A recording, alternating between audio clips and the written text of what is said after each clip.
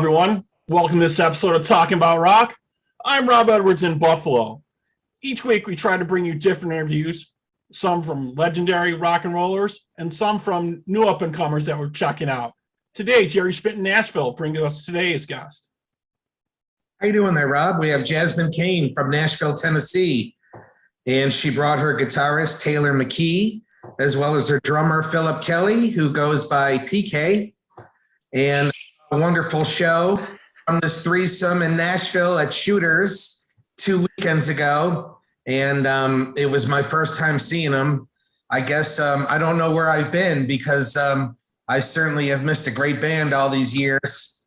Looking at all the accolades throughout the years, it looks like you guys have been at it for a while. At least Jasmine's been kind of like the central figure throughout the band over the years. I noticed there was some lineup changes, and maybe Taylor and PK can enlighten us as to when they joined the band and how long you've been with Jasmine Cain. Sure. Taylor, do you want to go first? Do you want me to go first? Yeah, I'll go first. All right. I've only been with these guys for like a year. They like took me on just last year. The baby of the band. I know. We're teaching him all the wrong things. He's got the hair, so that's the first thing, right? Exactly. Well, I've been. You were fantastic on that guitar. Oh, thank you. He's hot. Thank you. He's got no doubt about it. It's Those the lips hair. are hot. So pretty. So pretty. The faster you play, is that what it is? Yeah. It gives them superpowers. It does. Mhm. And what about you, PK? I don't know. This is my fourth year. What is this? 2018, I guess I started. 18, 19, 20, 21. This Yeah, is you started in the fall, so this is coming up on the fourth year. Yeah. Now, Jasmine, you used to be a four-piece band back in the day. Is that correct? Yeah, it's true. We weren't at the beginning. We were a trio at the beginning, and then we started writing a lot of songs with a friend of mine, David Michael Thomas, who was the keyboard player for the Voodoo Hippies that became Full Devil Jacket, and he was a staple in the music scene in Jackson, Tennessee. Still is to this day, and we wrote a lot of songs together. And of course, we did all the recordings and whatnot. So it, it only seemed natural to bring him on as a fourth member at that time because we had so many keyboard parts, and short of having tracks live, we had to bring out another member. So we brought him with us. It was a great attribute for a long time, but I think he was with me for about 8 years. He just kind of always struggled with addiction, and it wasn't a good place for him to be on the road. It wasn't a stable thing for him to do. So eventually he kind of went back to Jackson, and he hasn't really toured since then. So I swore I would never bring out another keyboard player. So now we just use the tracks. Sounds good. So for folks that aren't real familiar with your history, can you give us a little bit of background? So I guess you started out kind of cut your teeth on different motorcycle events, and you kind of paved the path there for female rockers, starting out with that, right? I was born in Sturgis, South Dakota, which is pretty rare. There's not a lot of people that are actually born in Sturgis. So I was born right there in the middle of it, in the thick of it, right during the event, as a matter of fact. So it was pretty natural for me to be involved in the motorcycle circuit. In South Dakota, you don't have to be 21 to perform in bars. So I started at a very young age. I was about 6 years old when I first started performing in bars. And then my brothers and I had a country band for a while, and eventually I moved on and just joined other bands in the Rapid City and Sturgis area, and learned a lot of different things, a lot of different styles, and eventually decided to pursue music full time. I was in the middle of making plans to move to Los Angeles. I thought I was going to be an LA girl, and I kind of got talked out of it. And they said, LA is a competitive market. It's very expensive to live there. Maybe you should come to Nashville instead and work with people in Atlanta, because it kind of puts you in a more central area. And so I ultimately did that, and now this is where I've been, and I'm glad I did. because all of my friends from LA ended up moving here. So now they're all here. That's right. Nashville's kind of the central focus for the rock scene now. Yeah, it's the new LA for sure. Yeah, So- all those 80s hair metal and hard rock guys live here in Nashville. Yeah. All the guys with the brown hats live here now. That's Kevin. So is he not going to join us? I don't know. He's just bombed my call here. So, I mean, you're welcome to pull up a chair, Kevin. Is that a yes? Yeah. Okay. All right. Well, once we get him in, why don't you tell us a little bit about your first album that came out, and give us a little bit, background on some of the songwriting and stuff, how that came about. Well, the first album was The Inside, and that one was, I started writing in Kennesaw, Georgia, started writing with different people. And I did my first demos at Jesse James Dupree's studio, and they weren't super positive about my writing abilities at the time. And he just told me to keep trying and sending him different material. I was writing with a girl named Paige Brandel, and she was dating Mills Logan. Mills Logan is a very well-known engineer, mixing engineer, recording engineer in Nashville here. And they ended up getting married, but she introduced me to Mills, and she said, I really have a lot of respect for this girl and I believe in her. I want to help her. And he said, okay, let's do it. So she and I started writing together, which really helped me hone my songwriting abilities.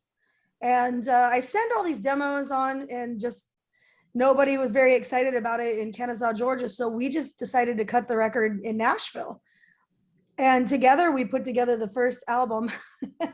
And PK is just, Kevin just I noticed. couldn't even see him. He was so dark. He just down there. noticed your I just noticed the voice. hat. Yeah, he's like, he needs a little light there. He's kind of like skulking in the darkness there. You need a little light. We can't really make you out there. So together with Paige and Mills and myself and my drummer at the time, Brian Hobaugh, we wrote and recorded this entire record in we wrote it over a period of time. We recorded it in 2 days at Starstruck Studios, which is Reba McEntire's studio here in Nashville. And, everyone that was working with me or trying to help me was like, this is a horrible idea. Don't do it. You're wasting your time. You're wasting your money. But I just felt like I had to do it. So I put it out there, and we ended up winning the JPF Awards Rock Album of the Year and Rock Song of the Year. So that was all the confidence I needed to continue on. So that's where we started. Well, the originals are amazing, and they really caught me by surprise there a couple weekends ago. You also threw in some covers. The Gwen Stefani, I take it was something new for you. Well, you can try something new out. Talk to the man in the 430 Club about that one. Oh, that was his idea? Yeah. Rock that up. So I grew up listening to No Doubt. I really liked that first, the Tragic Kingdom record. It was really good, and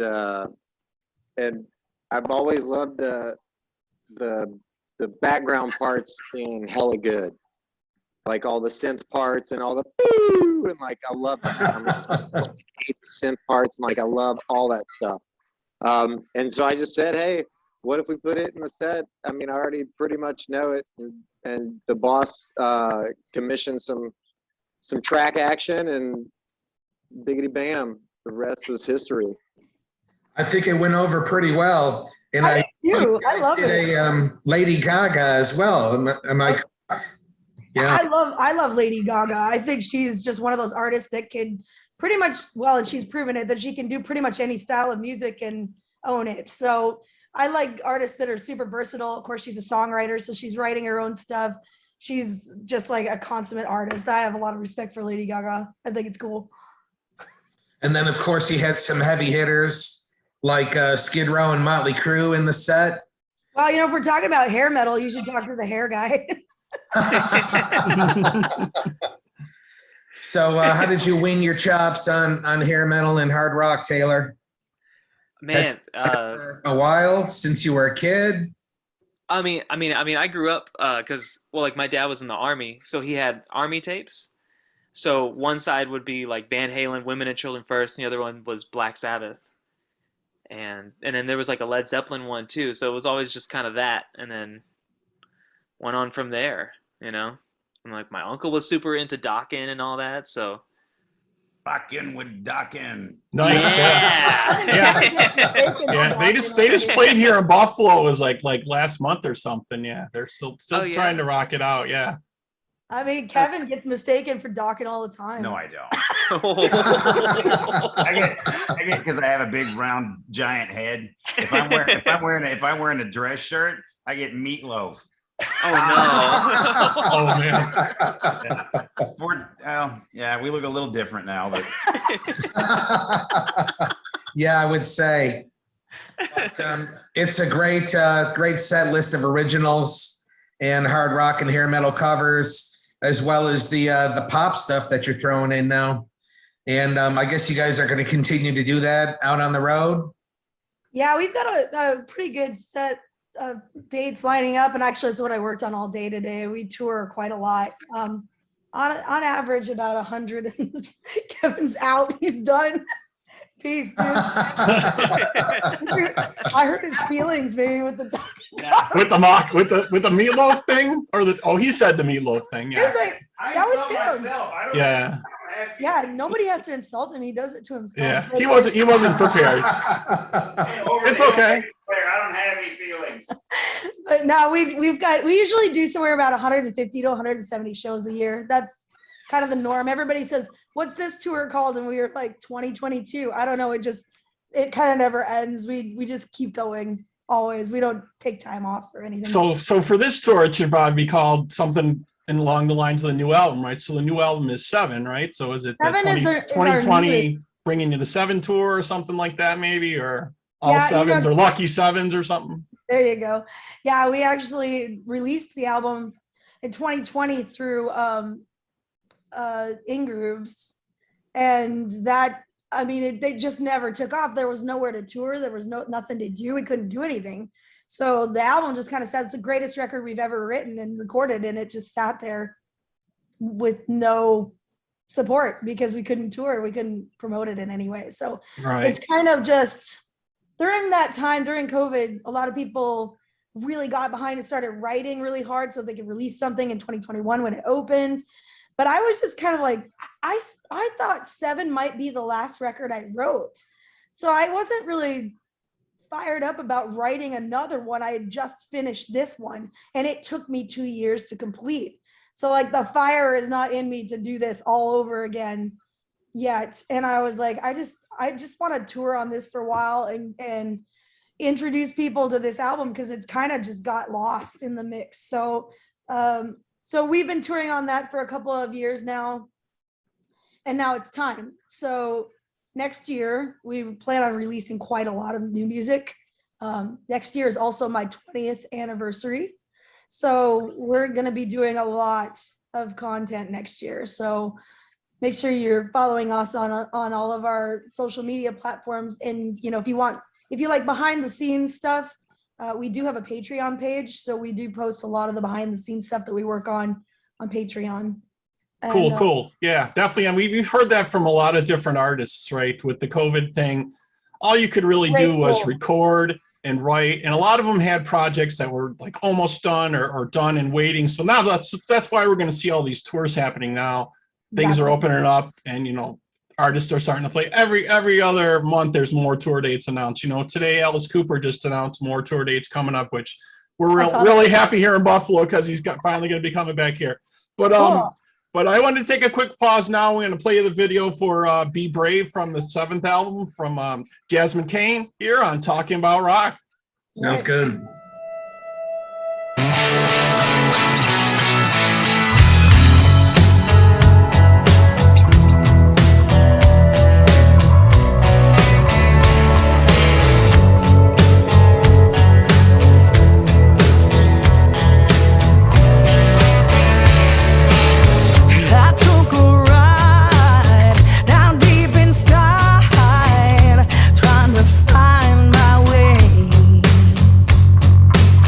I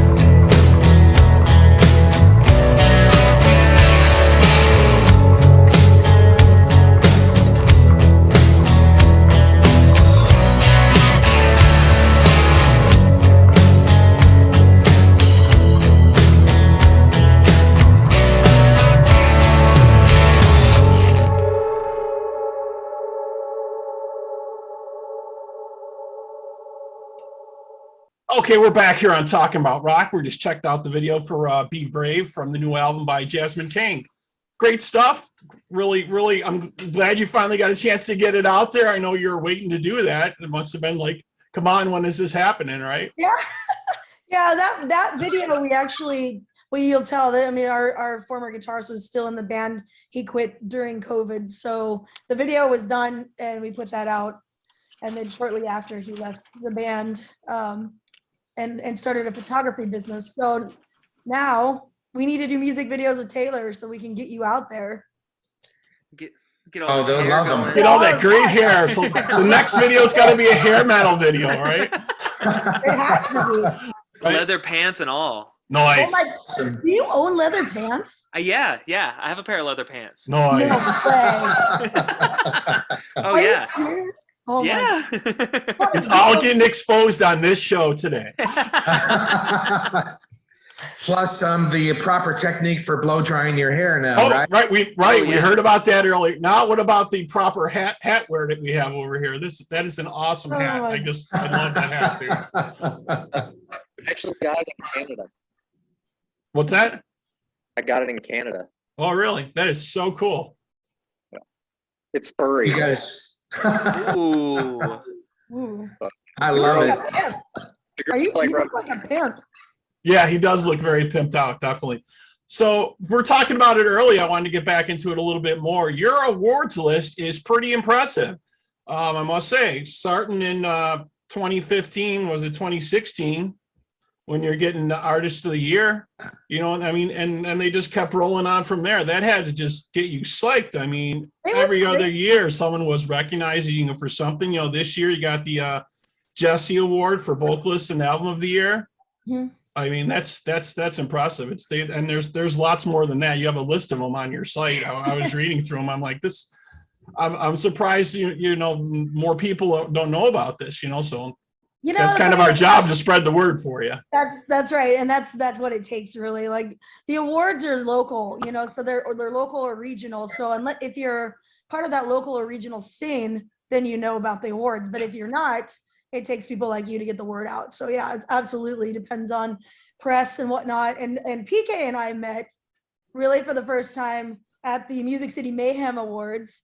PK was playing with Kevin in a band called Holy Crap, and so and it's exactly as you would expect it to be. It's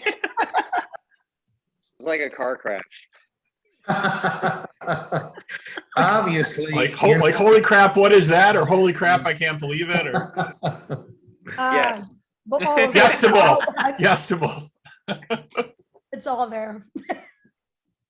So what's the songwriting process now? Are you continuing to work on new music? We're just beginning the songwriting process, and the truth is we've never worked on songs together, so we don't know until we all get together and start working on this together. Basically all I've been doing too is listening to tons of obscure stuff, things that I want to be influenced by, and I'm just internalizing all of that and trying to put it together. You know, you take a little piece of this band and a little piece of that band and a little piece of that band, and you just start like coming up with riffs or vocal melodies or song ideas, lyric content, things like that. And I'm just writing everything down, and it's all coming to me for some reason at like 5 o'clock in the morning right now. So every day at 5 o'clock in the morning, I get up and I go in the bathroom and I turn the light on because I don't want to wake Kevin up. And I sit there and type on my phone all the ideas that I have and write them all down because, you know, you gotta strike when it gets you. Yeah, So- when you got the inspiration, yeah. I used to have like a pad next to me on my bed. Like I would write down if I woke up in the middle of the night, I'd write down the lyrics or something. Yeah, I know Oh, what you're yeah. saying. Yeah. Yeah, and I had like the little voice recorder or whatever that you could just sing into, and your, you know, shitty half asleep voice. You just get up and like choke and cough a bunch of stuff out, and then listen to it the next morning and go, "What in the hell was that?" Right. But So- yeah, it'll be a process. We're just getting started. So we have about 2 weeks right now of time off to really focus on writing. So it's just a matter of us working with everybody's work schedules and, you know, time that they've got and buzz over and get started. There's only one way to do it, and that's to jump in. Exactly. Yeah, that'll be great. Exactly. What are some of these things that you're currently listening to inspire you or influence you for the next round of songs? Well, we're listening a lot to Carnival. Carnival is a very huge influence for myself and for PK. And you know, the project that we're putting out next year is very odd. It's not like anything I've ever done before. It's not going to be one collective work of 10 songs or whatever on an album. I'm kind of trying something different because, like I said, I wasn't there. There goes Kevin again. Sorry, Kevin's working. But there's one, you know, it used to be about the album. It used to be about the collective, but now it's about the song. Yeah. And, you know, a lot of these artists are transcending through different genres. And I like, you know, like I mentioned before with Lady Gaga, I'm really into artists that can be diversified. So my idea for next year was to release not one, not two, not three, but 4 EPs, and each one be in a different genre. And there would be 3 or 4, 5 songs, depending on what gets us. And we will just release smaller projects of more diverse music. And then follow up with music videos and a tour to support that. But I kind of want to branch out. We all have so many different influences. Like, look at us right now. Look at your screen and see how different we all are. Like, yeah, so that's a great idea. Kind of testing the waters in different areas to kind of see where your niche is at the time and what response you get. That's a great idea, really. And you're gonna, and a lot of people I know are just like doing a single.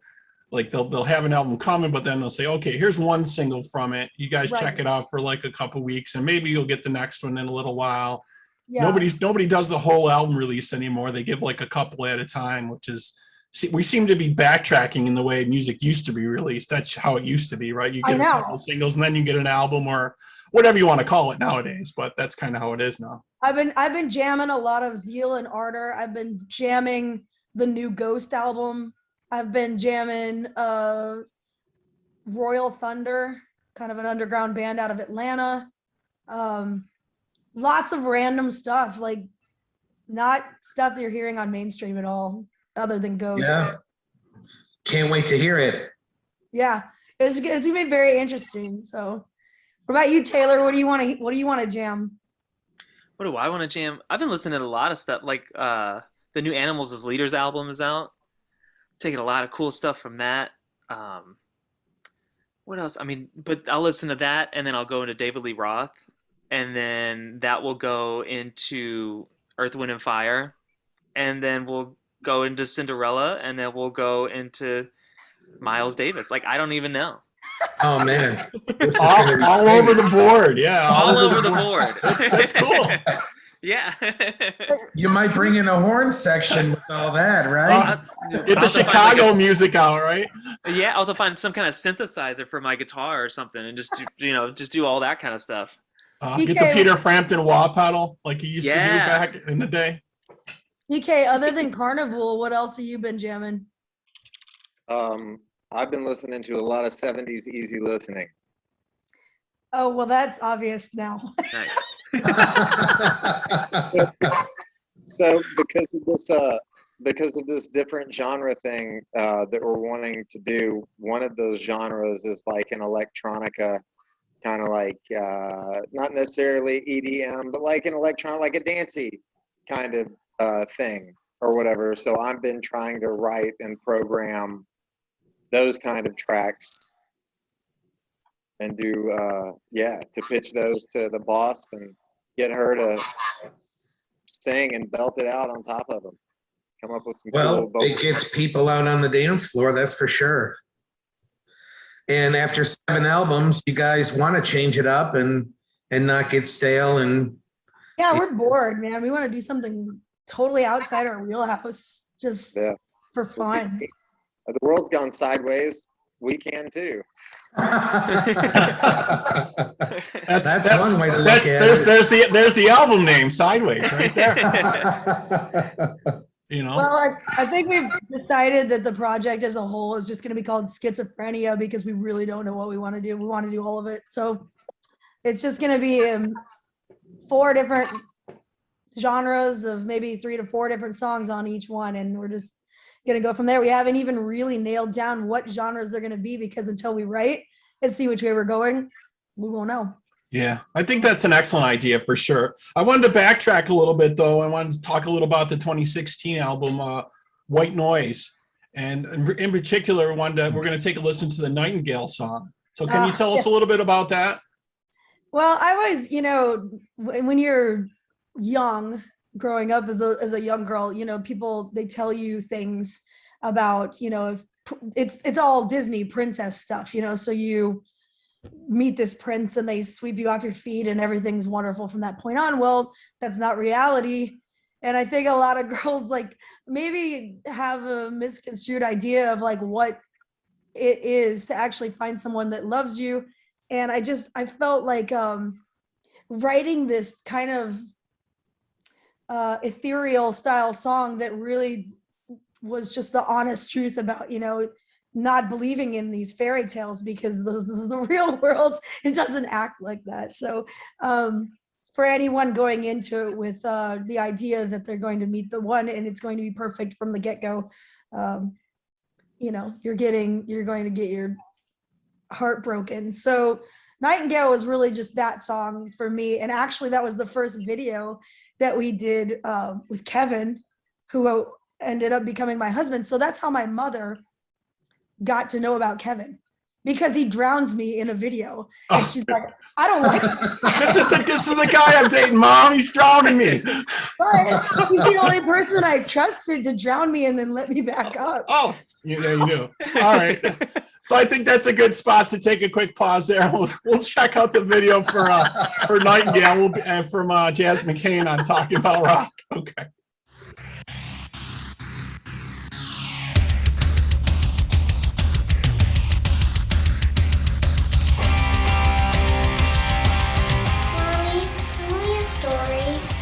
Once upon a time, there was a beautiful princess who lived in a mansion.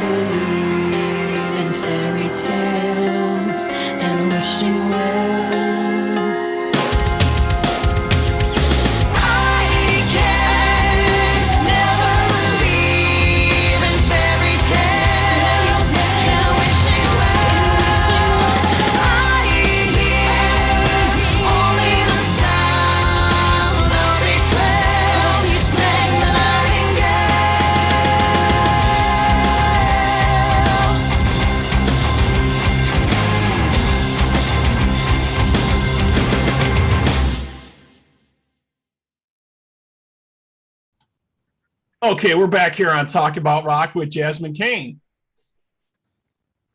Hey, Hey. I wanted to ask about the smoke-free concept over at Shooters. Was that your idea to go smoke-free that night? 100%. What an amazing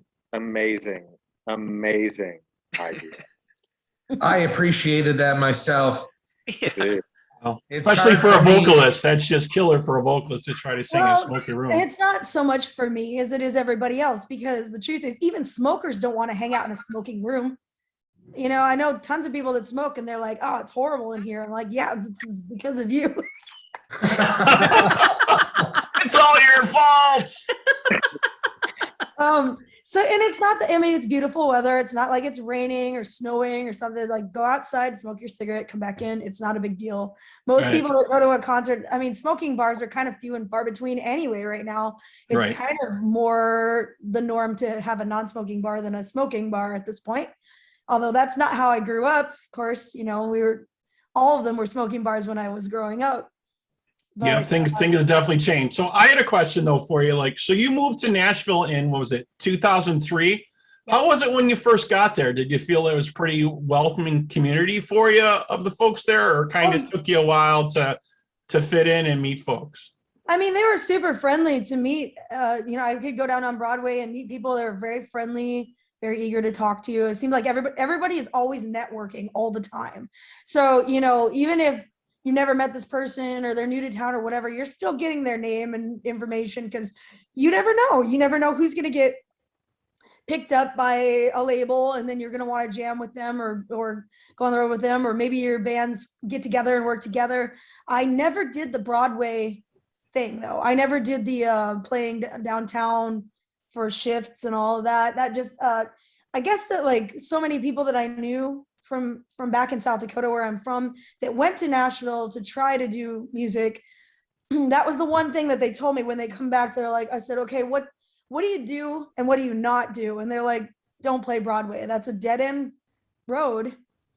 And unless you're just well, if you're trying to be an artist, I think it might be more of a dead end road. If you're a musician that's just subbing and, you know, playing all these different places and you're playing guitar with this person and that person, whatever, doing 2 or 3 shifts a night, chances are somebody's going to hear about you and your chops, and you might get picked up with an artist that gets signed, and then you get to go on and tour. So for the musicians themselves, there might be some real opportunity for you.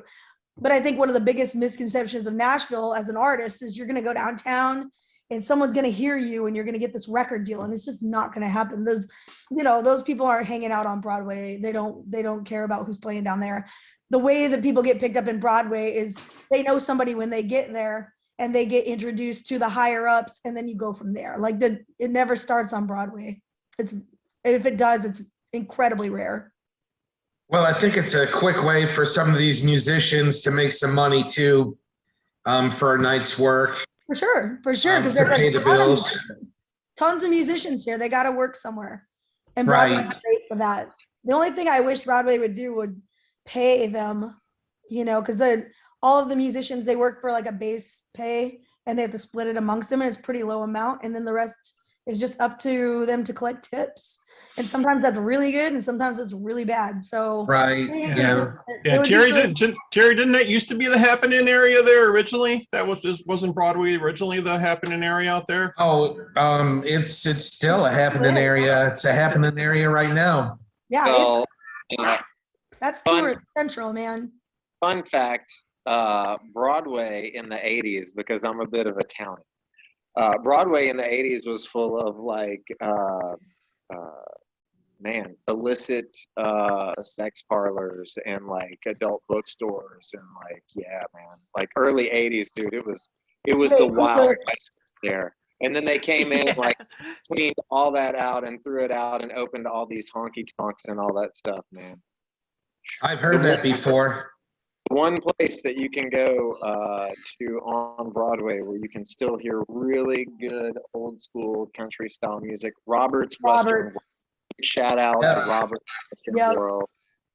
And you know, guys- Layla's is good too. Yeah. They usually have pretty good like bluegrass style stuff there at Layla's. For sure. Yeah, but yeah. Anyways, all right, that was. Yeah, I've been to TK. Robert's before. They're pretty famous for their fried bologna sandwich too. Yep. Yeah, that's their big menu staple. But, I try to avoid Broadway and kind of stay on the outskirts with Bowie's, the Basement East, Third and Lindsley, the Mercy Lounge, Shooters, of course. Mhm. And I stay off of Broadway. It's a little too crowded for me. And I guess the older I get, the less I like crowds. I don't know. I like to be able to move and not feel claustrophobic and congested. So, plus the best rock clubs I think are out on the outskirts anyway. So, PK, what are you doing? I'm sorry, I'm being distracted by crazy like half naked chicks and stuff here, man. It's crazy. oh, nice. The 430 club's where it's at. Oh, So I'm totally Uh-oh. engaged. All about him staying on the Basement East and Bowie's and yeah. that kind of thing. Yeah, I hope to make it out there myself and see these clubs. You know, I haven't been out there to check any of that out there. Is there any clubs out there that you guys would say like some of your favorite places to play if you want to go around? Jasmine, what do you think is like your favorite place to play, or do you have one, or it doesn't matter? Or I rarely play in Nashville. We don't play in Nashville a lot. So No. because it's hard to get paid. So we stay on the road all the time just because it makes more sense. Now, when I'm going to check out bands or go see different bands play, I mean, Bowie's is cool. And, there's like Basement East is always great. Exit In is good. Yeah. Marathon. so it's still really hard for bands to break into those clubs, or they're just not paying very much, or what is it? If you're a national act, you can get paid coming through there, but we're considered local. So you're only going to get a support position where you're going to play for free, or you're going to join a roster of like 7 other bands and play for free. Yeah, it's just, there's not a lot of opportunity to get paid. So we just kind of, we do our maybe 2 or 3 shows in Nashville a year, and we put a lot of work and effort into them because we want our home crowd to be, entertained. But truth is, to stay afloat and to make money in the music industry and to keep this as your job, you can't be exclusively in Nashville. You got to go and make money. You got to tour. Right. So was that friends and family members in the audience that night at Shooters wearing the red jackets? The flannels. Yeah, I love That's part of those. our merchandise. That's our merch line. Like, you can buy one too. Oh, I want to, definitely.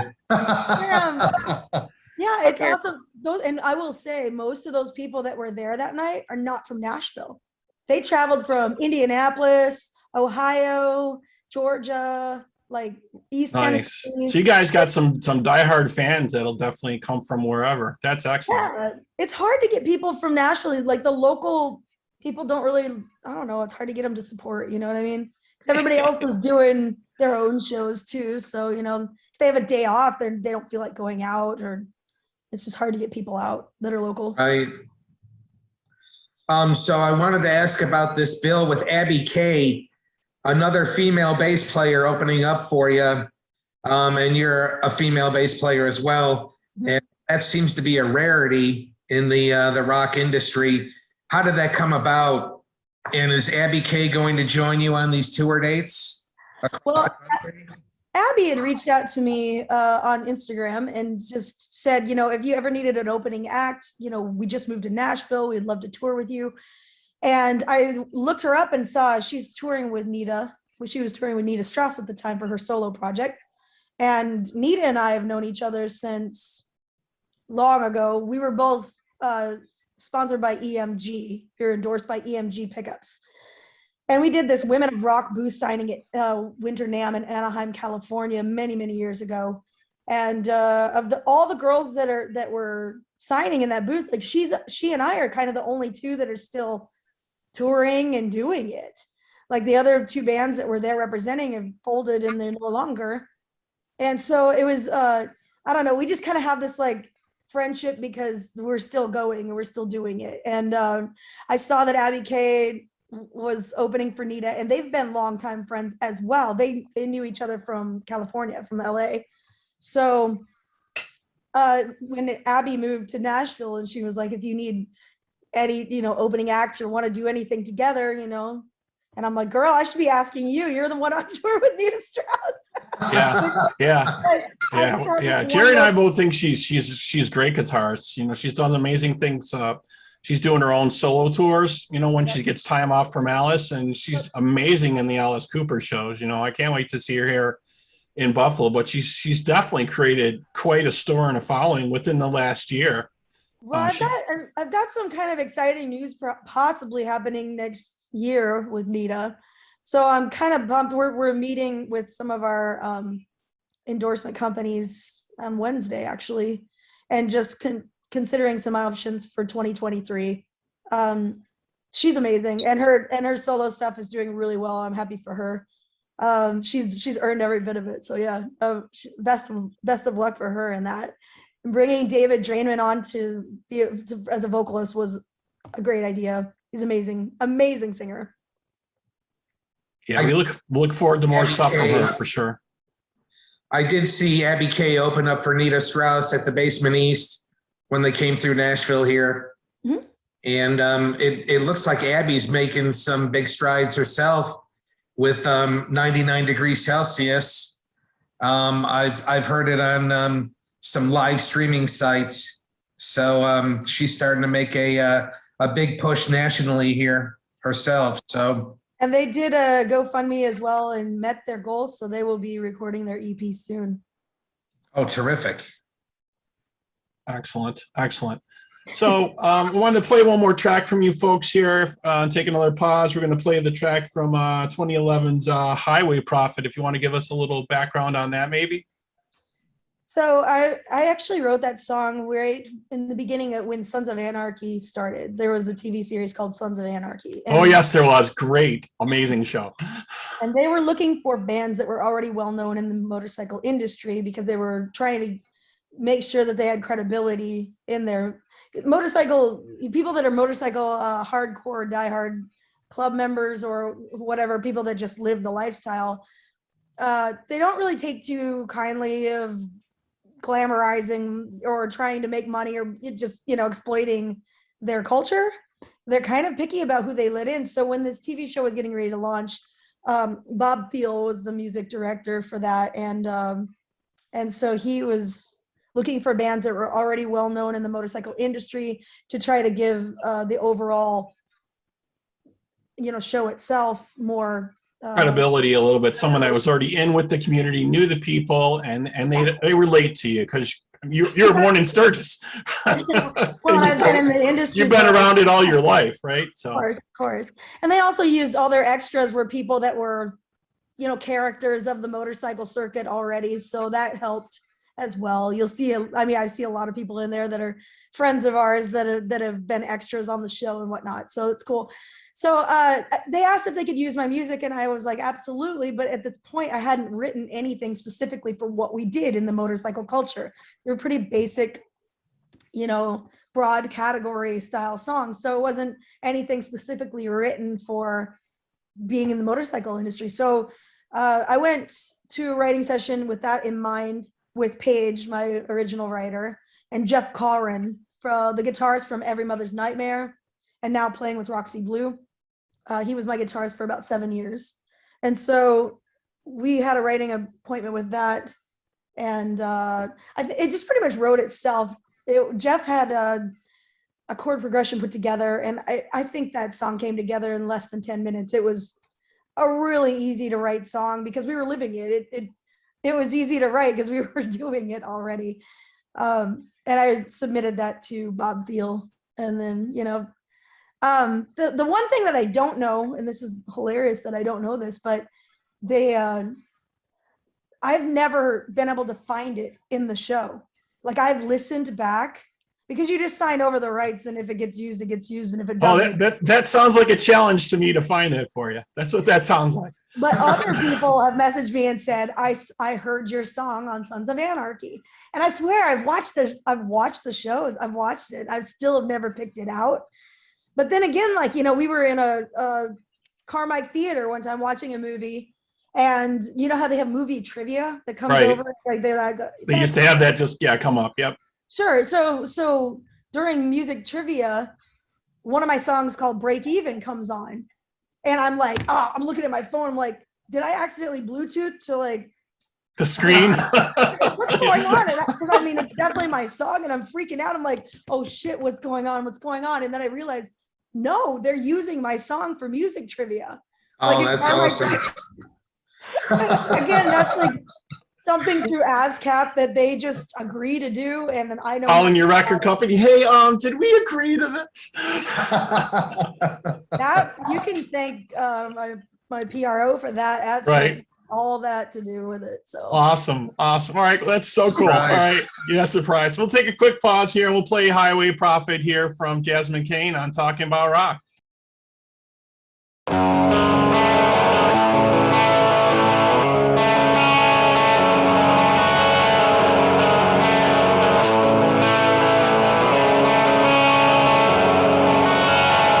Lessons you can never learn, bridges that you should have burned, badge of honor you have earned that no one's ever seen.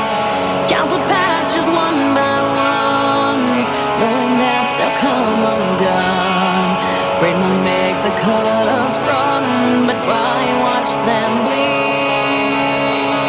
The lights go by as the tears you cry, leave them lying in the shadows.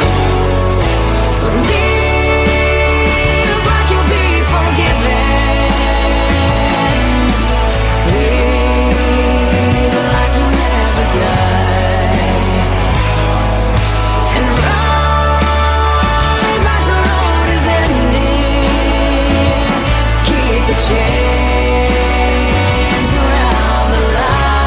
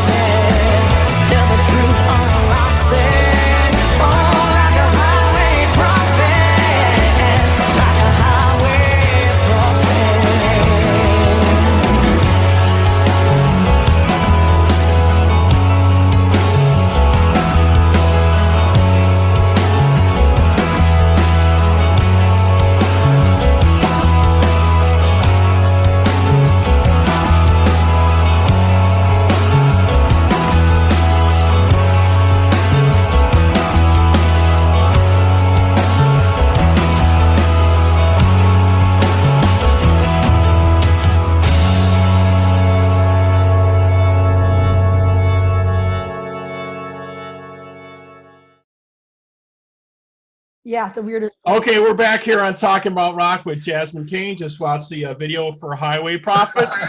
Pretty cool stuff. Yeah, we're having some fun here today. Definitely. No doubt. So we got some more. We got some more dates. We were going to talk about what you got coming up, also, right? You guys are going to be touring. Yes, well, we're always touring. We've got a couple of weeks, like I said, to write right now, but that's it. Like once it's over, May 1st hits, we're gone. So right now you can find all of our dates at jasminecain.com, and you can also find all of our social media links on there. It's so much easier to go in one place and just find them all. But yes, we're on Instagram, Facebook, Twitter, all the things. What else? Patreon. Go to patreon.com if you want to see behind the scenes stuff. And that's just patreon.com/Jasmine Cain. In a few minutes, I'm going to be on Twitch. You can follow our Twitch channel, which is twitch.tv/Jasmine Cain. We do live streaming all the time from there. And it includes tonight is 80s hair metal because it's Hair Metal Monday. Sounds like we're fun. here. But I know by the time you edit this, it won't be probably.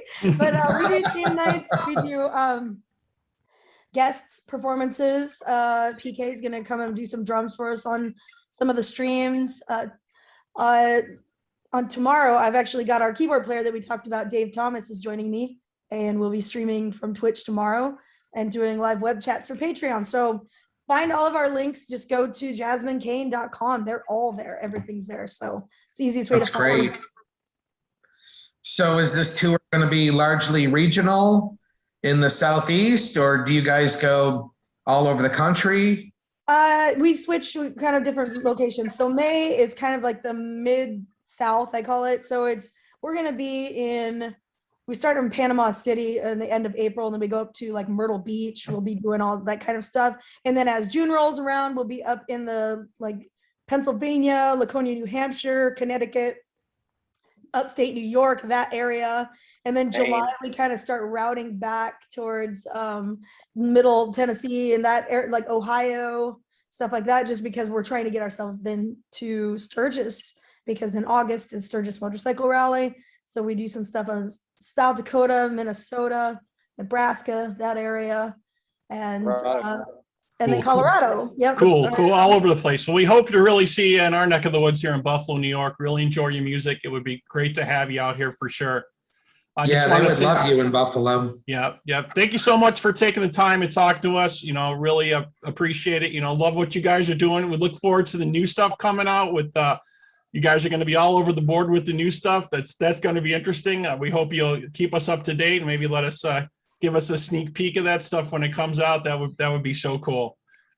Absolutely, always. And like I said, we do behind the scenes stuff on Patreon too. So if anybody else out there is interested in what we're working on and how it's progressing, join us on Patreon and we'll keep you up to date. We'll show you what's going on. Great. Really sounds good. So if you folks out there have comments or questions for us, please feel free to email us at talkingaboutrock@gmail.com. Please like us and follow us on Facebook, Instagram, and Twitter. And we'll be coming to TikTok very soon. And as always, please subscribe to our YouTube channel for this and all upcoming interviews. Folks, it's been great talking with you tonight. Thank you so much. Yeah, thank you for coming on. You guys were great. Thank you so much. Yep, have a good night. Keep on rocking out there.